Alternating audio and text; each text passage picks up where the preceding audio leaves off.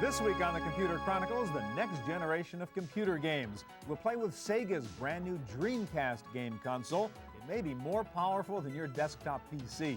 And a sneak preview of the PlayStation 2 due out next year.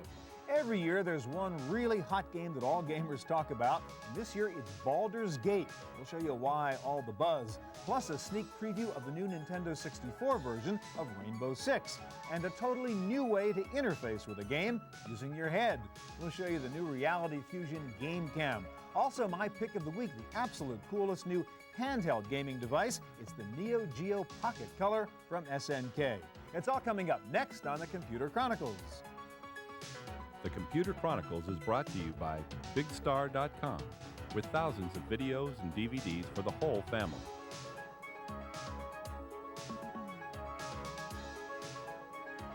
Additional support by TechWeb for up-to-the-minute technology news. And by TVA, Television Associates, bridging the worlds of computers and video with DVD authoring and MPEG encoding services.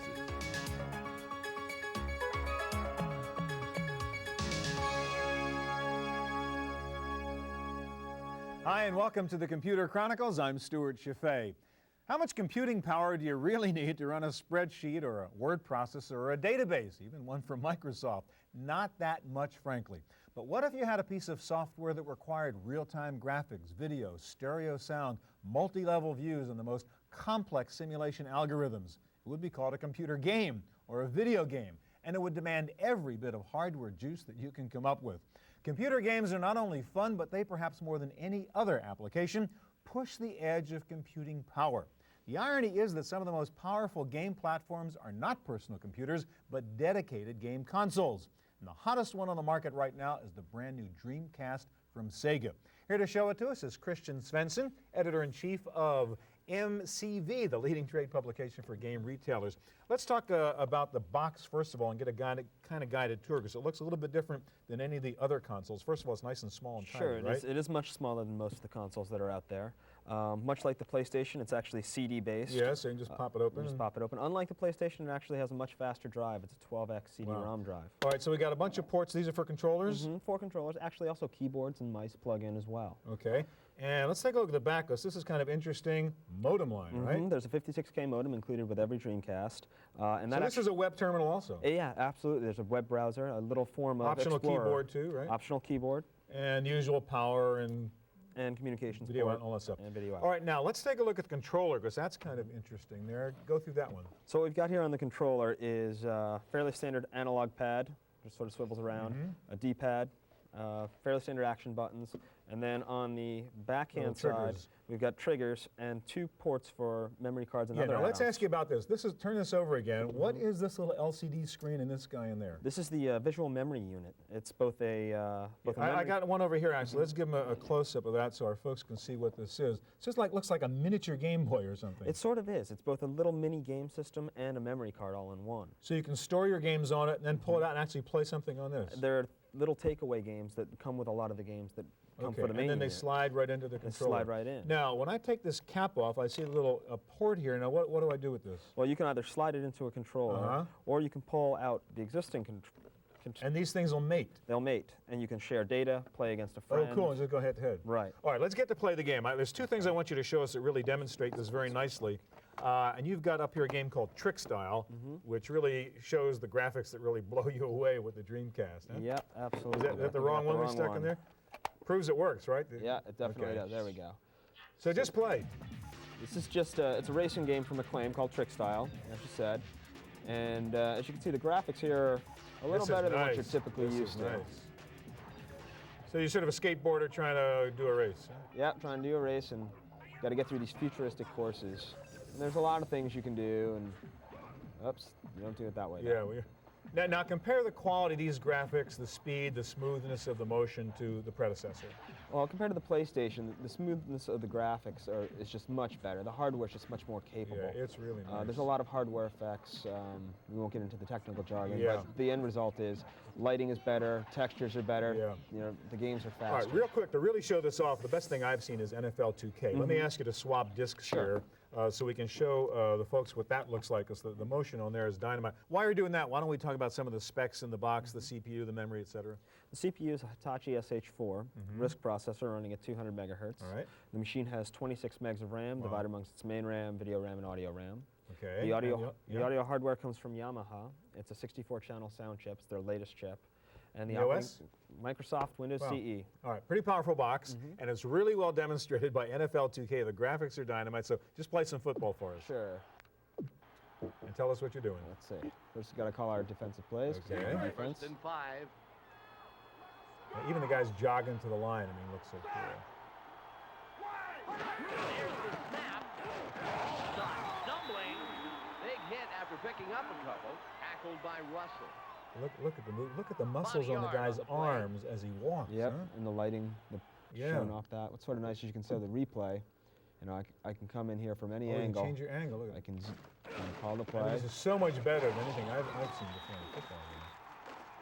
Now I can pull it back, send it forward. And call it from any angle. NFL 2K.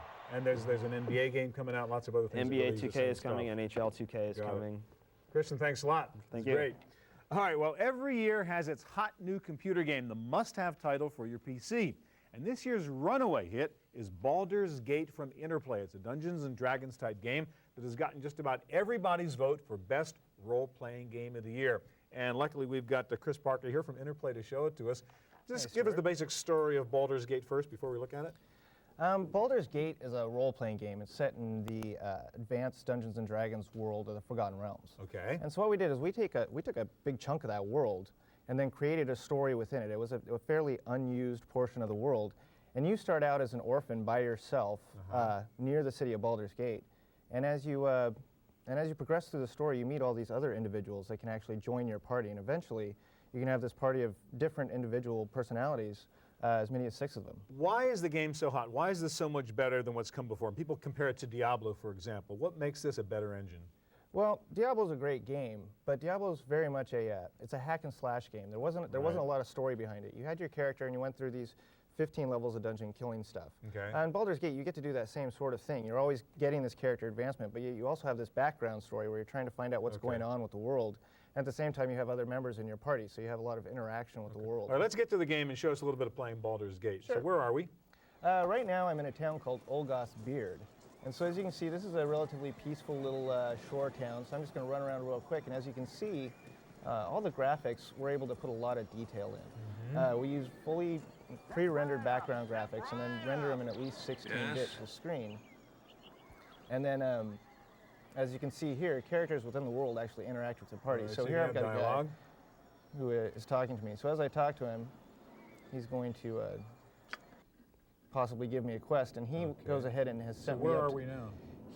That actual quest sent me up to a dungeon where he wants me to go retrieve an item for him. Okay. You got to deal with this bear guy. Huh? Well, I'm going to leave the bear behind. Okay. But if I go in here, you can see So here's a little action. This is a typical dungeon area. Now, one of the things about Baldur's that people really liked is that the Dungeons & Dragons system is actually a turn-based system. When you play it pen and paper, and it's very slow and combats take a long time. We made it all real time. We went and made every round 6 seconds, and at the same time, you can pause it anytime you want to change stuff. So if I want this fighter to change to his sword, I can just click it, and as you can see in the game world, he switched to his sword, and now he's ready to go to attack. All right, so with show his some sword. action here. How would you actually do a little fight here? Now, let me run forward in here. Okay. Here's another wolf. Right. Let me try and get into a bigger fight with more guys. Okay. So just tell us what you're doing as you do it. I'm going ahead and I'm gonna stroll through here and find some bad guys. Now everything's point and click. We tried to make the interface as simple as possible. And so everything you can do is pretty much one click away. So I'm going to go in here and I'm going to fight this wizard right now. Now, like I said, you can go ahead and then just pick, as you pause the game, actions for everybody in the party. So I'm going to have everybody do something different here. So you give each of the characters a different capability? Exactly. This person's going to use a wand right here. I'm going to have this person here go ahead and cast a spell. I'm going to summon up some skeletons to fight for me. And again, real quick, point, click, give it to him. Point, click, give it to them, then I hit the space bar, and everybody goes and does what they're supposed to do. And so then I have these You got your 6 second war. Yeah. Exactly. So now you can play this online with other people, right? Absolutely. What you can do is, as I noted, you have 6 players in your party when you're playing Baldur's Gate. What you can do is if you join a multiplayer game, then you make 1 character, or 2 characters, or 3 characters. You join up with somebody else who has a number of characters as well. And then you fill up the party of 6 that you could have in the single-player game. So you can have any numbers up to 6 actually play within a game, and then they proceed throughout the story, just like you would if you were playing the single-player game. All right, Chris, you've already got a sequel to the original Baldur's Gate, don't you?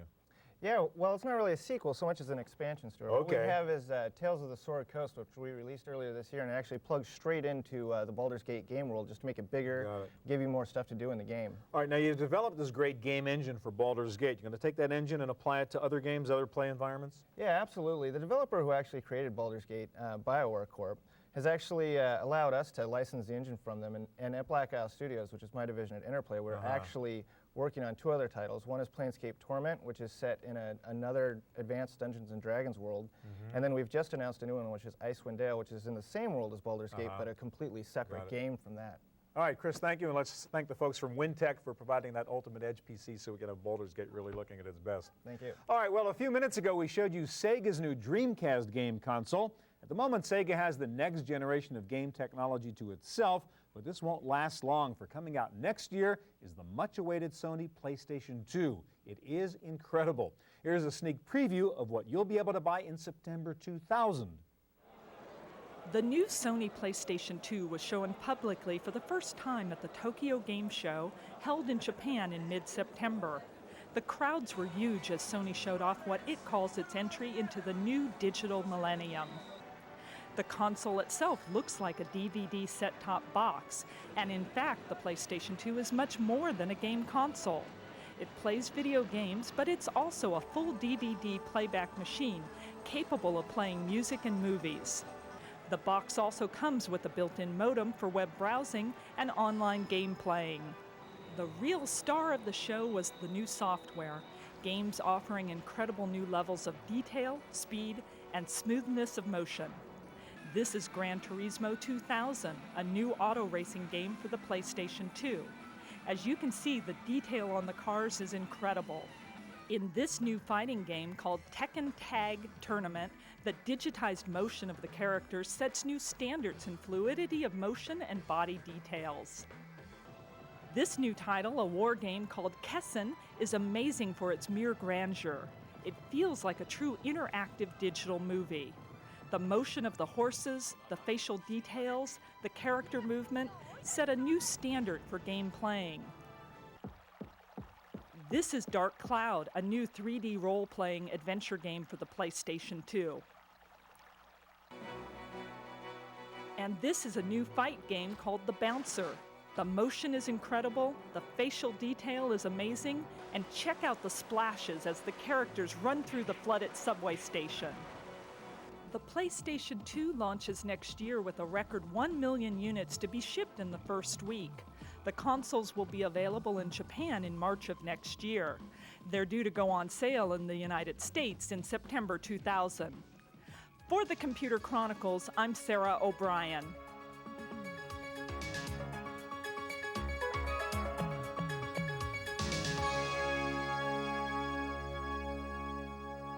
If you're into computer games, and if you aren't, why would you still be watching? You probably know about 2 online game sites called GameSpot.com and VideoGames.com. They're terrific sources for the latest and greatest in computer and video gaming. And we've invited a games reviewer who writes for both those sites to join us to look at some of the other hot new games on the market. This is Ryan McDonald. How you doing? And you got 3 favorites you brought with us. Yes, I did. And let's start with Mayhem, which is a wrestling game, right? That's correct. This is on the Nintendo 64. Yes. All right, so why do you like this game? What's cool about it? What's cool about it is because it's got all the wrestlers from the WCW. The real guys? Yeah, the real guys. So Okay. if you're into Goldberg and Sting and all those guys, it's the only place you're going to find them. All right. It's got all the real matches, the arenas, like here's Fall Brawl. And they've also done this really neat thing along with the game that in real life wrestling, when they have a pay-per-view event, they give you a code and you plug it into the game and it like puts the roster of the real event up and everything. So you got all the theatrics here. Yeah, it's got the ring entrances, Okay. Hollywood Hogan. And once you get into the actual... So let's see the action, yeah. All right, so what kind of controls, what moves can you make? You can do just about anything you see on the real show. Wow. So you can do hip tosses, power slams. You can grab them from the back. Okay, and throw 'em. you're playing a computer player right now. That's correct. Okay. I'm Goldberg, everybody's favorite. But one of the cool things that they did, and they tried to do, and they kind of did, is they kind of made it so that it has the feel of real wrestling. So there's always something crazy going on. Right. Like during the match, you'll see somebody just run in the ring from nowhere. Okay. You can actually leave the ring, right? And in this game, the guy follows you, so it's not like just stuck in the ring. Yeah, that's correct. So you taunt him like in the real thing. Yeah. Hopefully, I can get him to follow me. If he does, we can go backstage and fight in the parking lot. There we go. All right. Right. So and then it goes to this crazy security cam. So once you're back here, you can do all kinds of moves, and you pick up different weapons and hit them with it. Oh, but he got to me first. All right, so this is Mayhem. It's on the N64. Now let's go over to PlayStation. Alrighty. And a brand new game, right? Resident Evil 3 Nemesis. Yes, this is coming out this fall. And actually, you have like the Japanese version, right? Because it's not quite out yet. Just came out in Japan. Okay, and what do you like about this one? What I like about this one, I think you'll see that partially it's the story, but a big part of it is just the interaction you have with the world. You can see everything's extremely detailed. Okay. And one of the scary things is it's about zombies. Zombies. And you gotta. So this is action. You can blow guys up, but there's also you can interact with characters. There's a storyline. There's a big part. That's probably the biggest part about the game. So it's not just bang, bang, bang. Yeah, it's just talking with people and trying to figure out what's happening while all these people are turning to zombies. So there's kind of a strategy here to understand what's going on. Yeah, and if you follow the Resident Evil series, you know what the storyline is and the characters. So it's not just enough to kill these guys. No, it's not. Okay. And so I kind of skipped ahead a little bit so we can see. That's right. Yeah. See, there's like zombies everywhere. Everything's going crazy. So the storyline is you don't know what's going on. There's all these zombies. They're all out to get you. You got to figure out why. You got to figure out why, and you got to figure out how you're going to stop them because bullets don't always. Again, we're seeing these Japanese subtitles because it's the Japanese version of the game because we don't have the American one yet. Right. And so every time you open a door and move from room to room, it shows you this little cutscene, so you know that you're moving along. Okay, let's just check this out. Do you have a name? This is Jill Valentine. Oh, okay, got it. Everybody that played the first game will remember her. Right. All right, Ryan, I know there's one more game you want to show us, and that's the new Rainbow Six for the N64, the Tom Clancy book. Yes. Show it to us, and what do you like about it? What I like about it is it's a little more real than most of the strategy, first-person shooter games. How so? It's you have to pick a team, and you interact with your guys, and you're telling them which way to go and how to get in the house and which is the best way to attack. All right, so sort of show it to us and tell us the story at the same time. All right, the game is basically you're part of this special elite forces team, and there's one of my guys right there, and we're supposed to go and rescue these hostages. And there's more to it than that. I don't want to ruin the story. For anybody that knows the book, they'll know what the story is. So there's a lot of strategy, a lot of story, but you got to beat up guys at the same time. That's right. You got to save all these poor helpless people that are going to get killed by these terrorists. But you're going to blow up these terrorists. That's the idea. I'm going to try to get in and shoot them first. Can you find one real quick? Yeah, here's one. No, he's dead. You already got him. Yeah. All right, Ryan, let me ask you one question. You've shown us 3 games. They're overly violent, beating up people, blood, blowing guys up. Right. A lot of people think this is a really bad thing and it's affecting kids in a bad way. Does this bother you in a way? I mean, does this make you less sensitive to real human violence? I've heard that question a lot, and I've played games since I was 13 years old. Right. I don't think I'm any different than anybody else. You're not a killer. No, I'm not. Yeah. But as far as these games nowadays, they all have the rating system that the parents can use to kind of as a tool to know which games are safe for their kids and which ones are not. So it's more of a comfort level for the parents than it is anything else. Gotcha. So I think it's a good thing to go by. Ryan, thanks a lot. Yeah, that's right. All right, well, if there's a weak link in computer game technology, it is the user interface. After all, how much can you really do with a keyboard or a mouse or a joystick, even a vibrating game chair? But one company has just introduced one of the more revolutionary approaches to interacting with a game. It's the Reality Fusion Game Cam. And here to demonstrate Game Cam for us is the company's CEO, actually. Chad, how you doing? Great. What's the idea behind Game Cam? You actually control the game with your natural body movements and gestures. So rather than relying on a keyboard or mouse, you just get up and use your hands or your head or any body part in order to immerse yourself. And the deal is you have this is a Logitech QuickCam that's actually taking your picture and inserting you visually in the game and giving you control of the game. That's correct. It is capturing your live video image and projecting that onto the game. This is where seeing is believing. We've got to actually do this, not talk about it. So show us how it works. I can do a far better job of demonstrating it. So this is our main interface, and merely by tapping on any one of these different games, the Game Cam includes 6 different games, you can launch into. So you actually control the interface interface with your hands too. Absolutely. So okay, go ahead. Because of that, it's a natural for any type of sports title. So instead of playing basketball using a keyboard or mouse, you can shoot with your hands the way that you would on the playground. I got to see this. And we're going to start with Shoop. All right, to give you a there's flavor. Chad inside the game. Now this is actually a 2-player version, so if we want, you can play with your friend or your brother. And the idea is you just try and make baskets. Now one of the cool things you'll notice is that this window actually moves towards the ball, so I can set myself up for a dunk. So let's understand, you are literally hitting the ball in the basket right now, and if you do it well, you score, and if you don't, you miss. That's right. I can hit it with my head, and I can hit a rebound. If I was a little bit more skilled, I'd make a few baskets. But you are literally immersed in the action. You'll notice that it's just cutting out my image. So it really creates this fantasy world where I could be playing in Madison Square Garden or the Forum, and I just see my image inside of the game. All right, let's move. I want to show a couple of things here. Show us volleyball also. That's another really neat demonstration with the same idea where you're batting a ball in a different kind of game. So I'm just going back to our main interface. Again, I'm controlling everything using my hands. No mouse, no keyboard, no joystick. No keyboards. Exactly. All right, so and volleyball. I will go into volleyball. Launch volleyball. Now, one of the nice things about volleyball is we include a number of different opponents, but you can actually create your own opponent just by having a friend come over and go through certain get two guys' motions. pictures in there. Exactly. Okay. And so in this case, I'll be playing against not just a computer animated opponent, but rather someone that we taped going through certain motions. So you're playing volleyball. Just tell us what you're doing. So I'm just now instructing it to serve to me. I'll hit the ball over, and you'll notice that. That was a pretty lousy hit. Yes. All right, try again. So now on the other side, Max is serving the ball this time, but he's nowhere to be found. He just went through different motions. So he's on tape, so he doesn't really know what's going on. He is on tape, there you go. exactly. That is cool.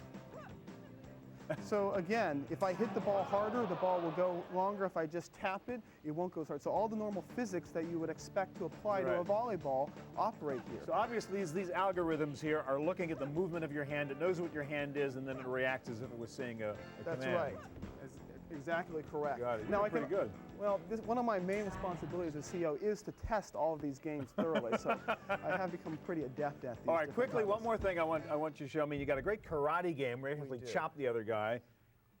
So let's pull up karate if we can. I'll just quit out of volleyball. And again, you just wave at your little options. I'm just waving.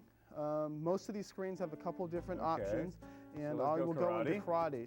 Now, before we get into the karate, we've taken the liberty of actually taking your picture and superimposing it on top of our karate clown. Yes, but this might be appealing to some of your staff or possibly viewers, I don't know. But the idea is that, again, instead of using this keyboard being sedentary, I get up and I actually get to fight, in this case with you, Stuart. All right. And I can bop you in the head, and you can try and hit me back. All right, well, I'm not really running the game. You just have my face in the computer I just have your face, exactly. Right. Now we have different levels. So right now we're at the first level, so you're not terribly quick or adept at hitting me. But as I move up the different levels, you'll become much faster and start to give me roundhouse kicks and some good left jabs. Now, could we both be playing this real time if we had two quick hands? Not yet. That's the next version 2.0. Absolutely. Okay. And we got the nice sound effects. Right. So it knows when you hit me. Correct. And I'm just looking like an idiot there while you're round one. All right. Let me just ask you one more thing. Now, when I buy GameCam, what do I get? You get this Logitech QuickCam camera. It is a full-fledged video camera. So you can use it for other things. That's right, as well as 6 different titles. We have a combination of sports titles, some of which I've demonstrated for you here, and personal creativity. So for example, we have something that's akin to a digital dance studio where you can get up and kind of rock out, and your body motions control different effects. That is very cool. Thanks a lot. All right, that's our look at the latest in computer games. I'll be back in just a moment with my pick of the week. Don't miss it.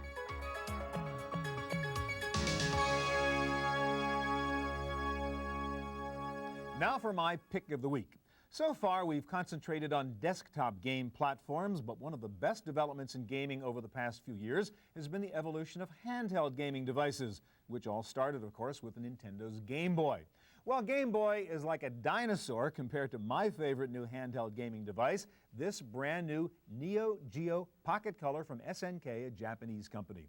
This little gaming box is fantastic. Incredibly clear and smooth graphics, great ergonomics. It fits right in your hand and your fingers naturally rest on the key controls, including a real mini joystick and 2 simple control buttons. What is really cool is the Neo Geo has a port that lets you plug directly into a Sega Dreamcast so you can play your Pocket games through the console on a big screen when you're at home.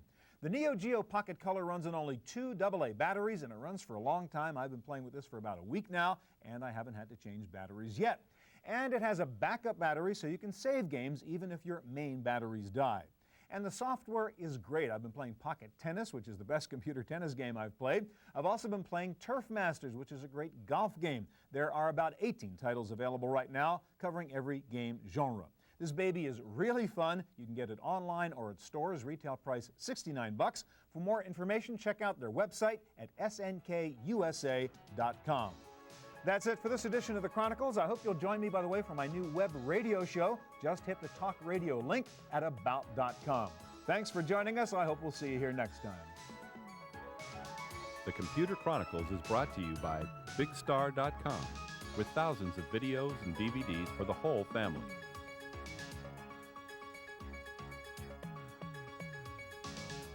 Additional support by TechWeb for up-to-the-minute technology news. And by TVA, Television Associates, bridging the worlds of computers and video with DVD authoring and MPEG encoding services. To purchase a video